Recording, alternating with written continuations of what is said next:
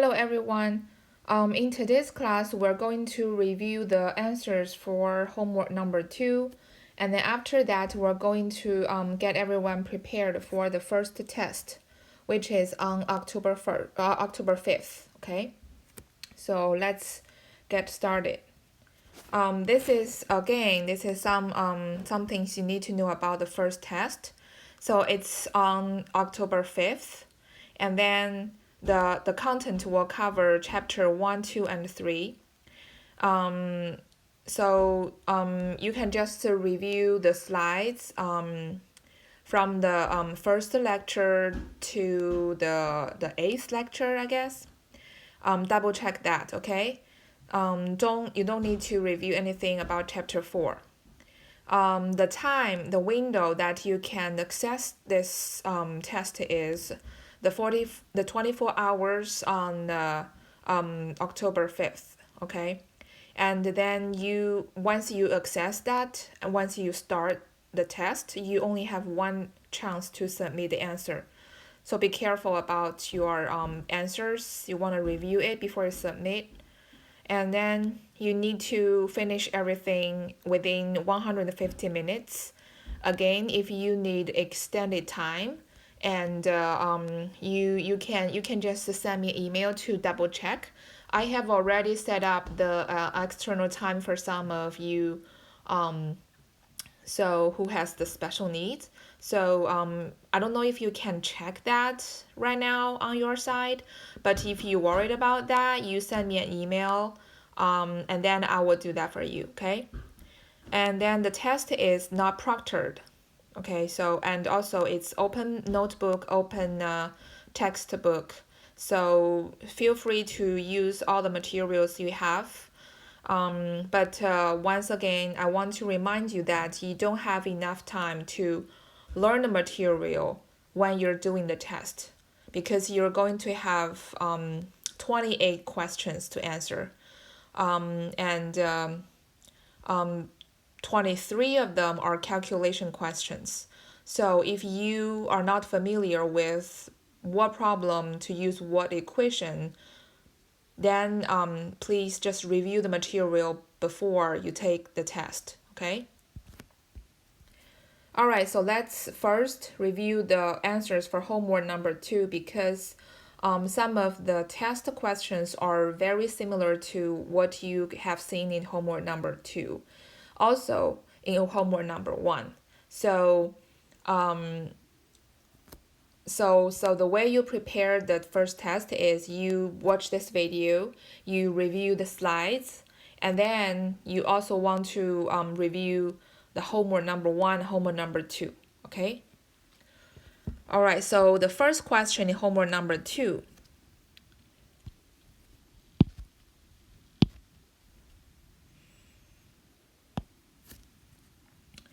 is equipment purchased. So it's talking about two equipments and the price at different times, okay? So what is known is it is purchased when it was purchased in 2006, the price was 30,000. Okay, but it must be replaced in late 2017, which means you need to replace it with a new one. You want to buy a new one in 2017. So what is the estimated cost of the replacement equipment based on the following cost indices? So it's talking about a price index. And then so what method we want to use to estimate the future cost, the cost of this equipment in 2017. So the method is gonna be indexing method, okay? And then based on that first question, which formula is the one for cost estimating technique you just chose in the previous question? So if you chose indexing method, so what is the formula for indexing method? This is the one, okay? Again, because all the answers are shuffled, so maybe on your answers, the right answer is not listed as the first option. Okay, so don't just think, okay, the first option is correct, and then you go back to check your answer and you say, hey, why not my first answer is not correct? Maybe it's shuffled, so the order of the answers are different. Okay. All right, the question number 3. So for the cost estimating technique and the formula you chose, what are the data needed for the calculation? If you correctly chose this equation, and then you want to know the cost of that equipment in different years, and then the indices in different years, right? But the years are the tricky thing. So let's just reread this statement.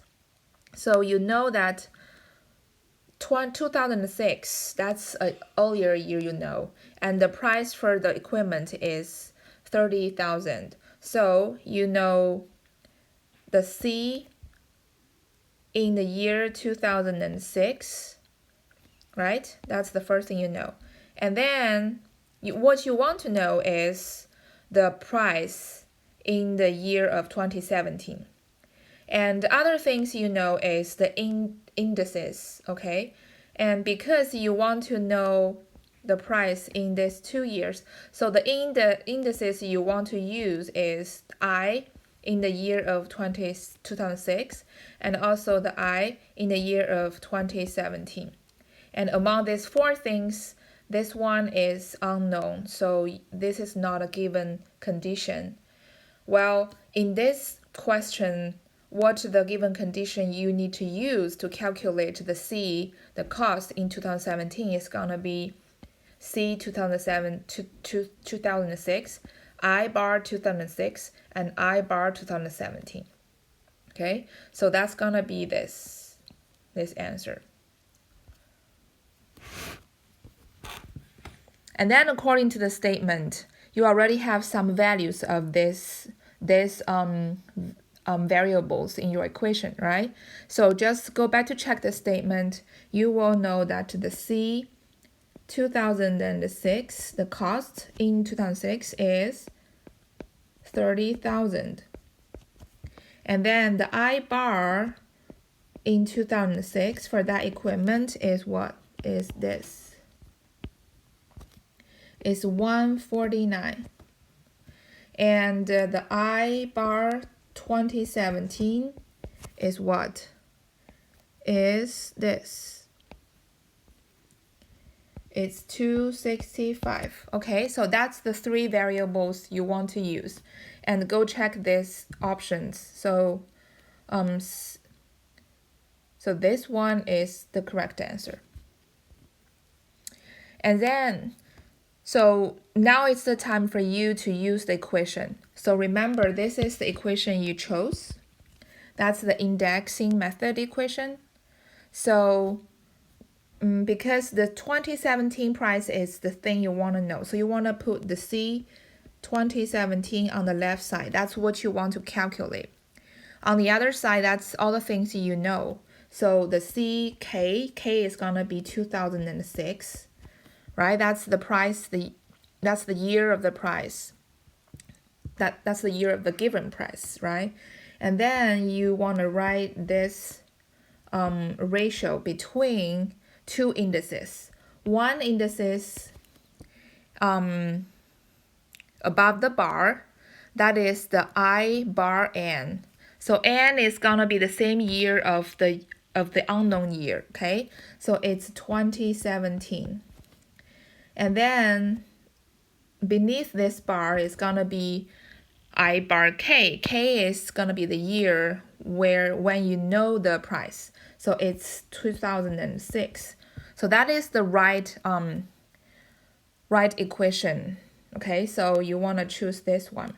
And after that, it's very straightforward. You just substitute those, variables, the values you just chose in this slide, and then calculate. So C 2017 is gonna be C 2006 is 30,000 times a ratio between I bar 2017 is 265 and I bar 2006 is 149. Okay, and do the calculation. And then you will have the answer as 53,3 55.7, which is this one, okay? Second problem, okay, so a 20,000 square foot warehouse, that's kind of a size of a house, okay, was just constructed for $800,000. That's the cost of that size. If the cost capacity factor is 0.83, cost capacity factor, that's something we use for the power sizing method. What is the estimated cost to construct a 30,000 square foot warehouse? This is another size. Okay, so sounds like it is a power sizing method problem because you're estimating a bigger size based on the cost of a smaller size of similar project, similar warehouse. Okay, so the method is gonna be power sizing. And what is the equation of power sizing? That's very straightforward. This is the equation, okay? And then, so what are the values for those variables you're gonna use in this problem? So think about that. We have two warehouses. One is 20,000 square foot. The other is 30,000 square foot. And this is the size. Okay. And then you have another information, that's the cost. So for the 20,000, the cost is 800,000. And now you want to know what is the cost for the 30,000, okay? So what is the C 30,000 square foot warehouse? Another thing you know is the X, which is 0.83, okay? So now you wanna just select, okay, so cost of a 20,000 square feet house, that's the C 20,000 square feet. This is 800,000, and the cost capacity ratio, it's not 1. That's wrong, okay? So now let's look at the second option. Yes, you want to know this, and then you want to use X with X equals to this number. That's correct. Also, you want to use the size, but the size of the 20,000 square feet, it's not 30,000. It should be 20,000, okay? So this is wrong too. And then now let's look at the third option. The cost of 20,000 square feet warehouse is 800,000, not 6, okay? So this one is wrong. Then let's look at the fourth option. Okay, so C, the cost for the smaller size warehouse is 800,000, correct. And then the capacity is 0.83, correct. And then the size of the smaller one is 20,000, correct. And the size for the bigger one is 30,000, correct. So that's the variables you want to use. And then now you need to write down this equation. Okay, so the CA is something you want to find out. So in this case, it is the bigger warehouse cost you want to find out. So CA should be C 30,000 square foot. Okay, so that's the cost of the bigger one, the bigger warehouse. And then you put all the known variables on the right side. So the cost you already know is for the 20,000 square feet warehouse. So C 20,000 square foot, and times a ratio, which is between the sizes. So the size above the bar is SA, so that's gonna be the size of the unknown warehouse, which is the 30,000. And then the size beneath this bar is gonna be the size of the warehouse you know the price, so it's gonna be 20,000. Okay, and then the X is given as 0.83. So check these three options, which one is correct. The first one, okay? And now let's just calculate it. So C, 30,000 square feet, the cost of that bigger warehouse equals to 800,000 times 30,000 over 20,000 to the power of 0.83. So that is 800,000 times this equals to 1.5 to the power of 0.83. And 8,000 times this, what is this? This is 1.5 to the power of 83. Okay, let me use my calculator.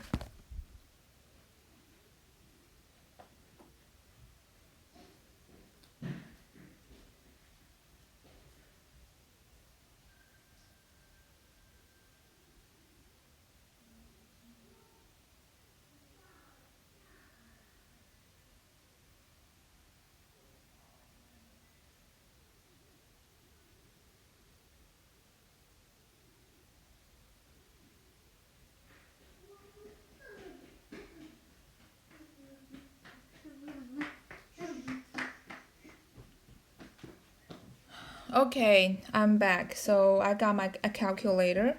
So now we're looking at 1.5 to the power of 0.83. So the answer on my calculator is 1.4. Okay, and then you time that with 800,000. That's gonna be 1,120,000.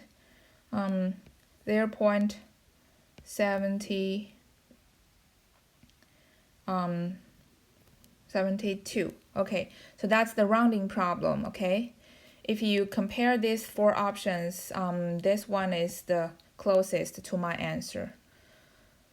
If you don't round up the the 1.5 to the power of 0.83 to 1.4, you might have that same answer as mine. So actually it should be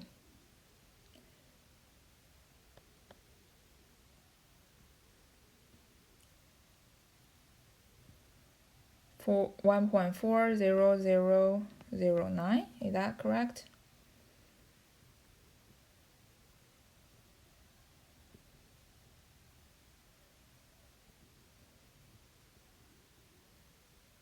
Yeah.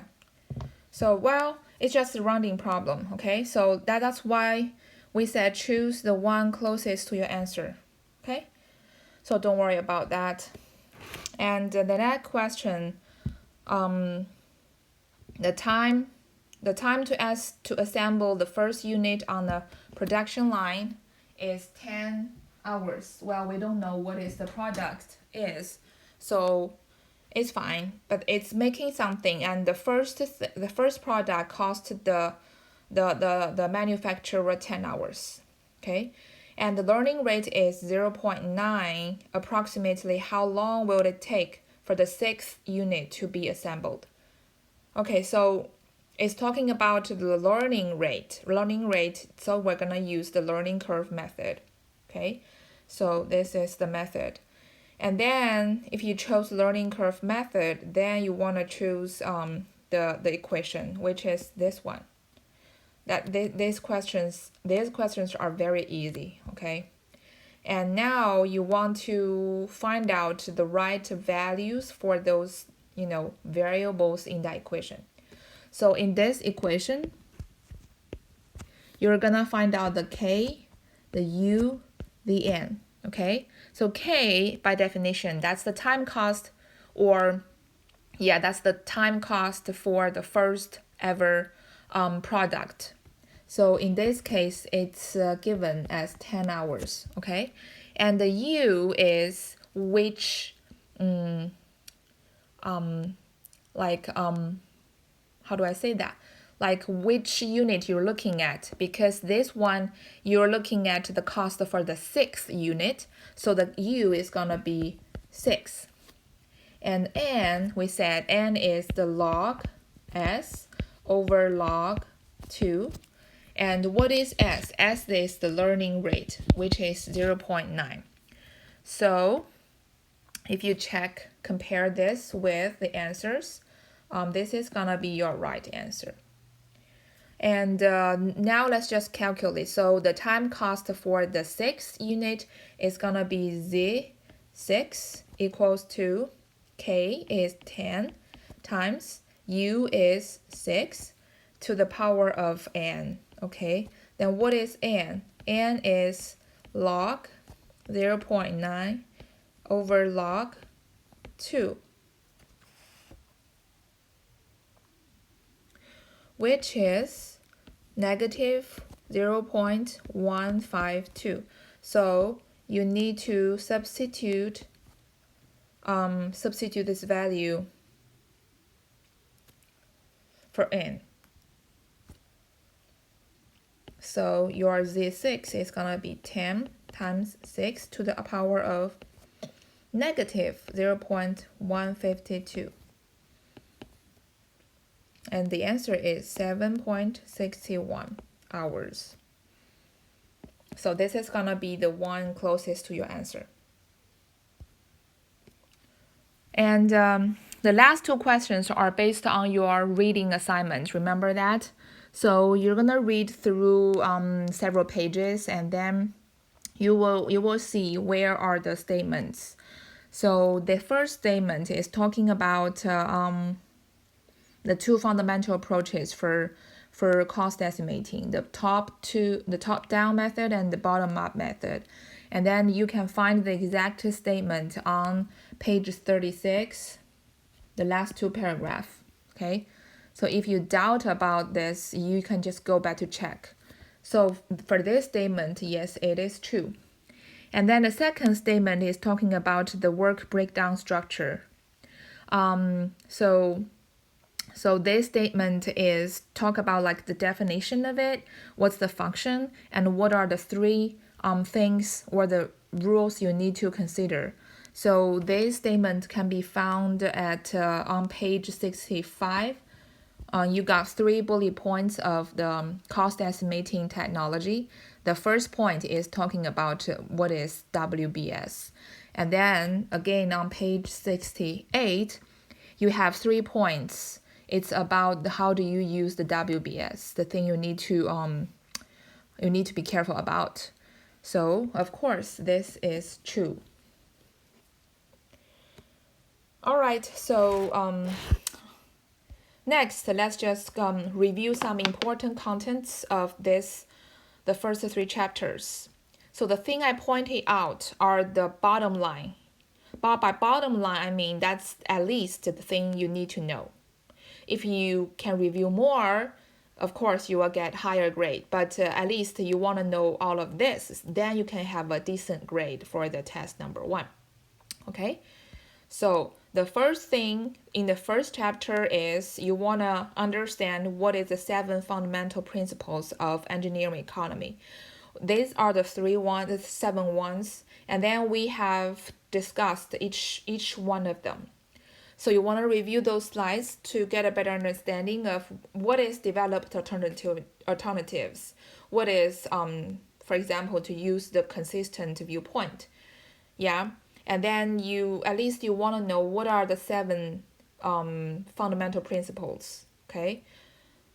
And the second thing is you want to understand different types of costs, the definitions, the examples.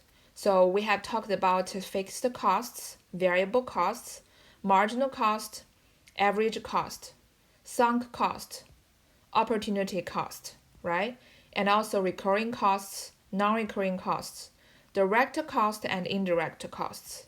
So those are different types of costs. You don't know which cost you're gonna be asked in the test. So you have to understand all of them, okay? And then we learned about the relationship between the price and demand. Okay, we have the charts to show you like what's the relationship. It's a straight line going downward. Remember that? It's an angled line going downward. And then we talk about like how does the demand change depending on the change in the price. So if the price goes up, then your demand will go down, okay? And then if your price goes down, then the demand will go up. So that relationship is very common sense, but you still have to understand that and then know how to use that. And also we have learned these equations to calculate what is the total cost, what is the total variable cost, okay? And be careful in problems.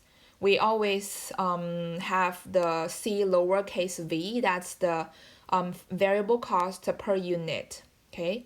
And then we have learned this P equals to A minus BD, that's the relationship between the P price and the D demand. And then if you can compare this with a given relationship in a problem, you will find out what is A and what is B.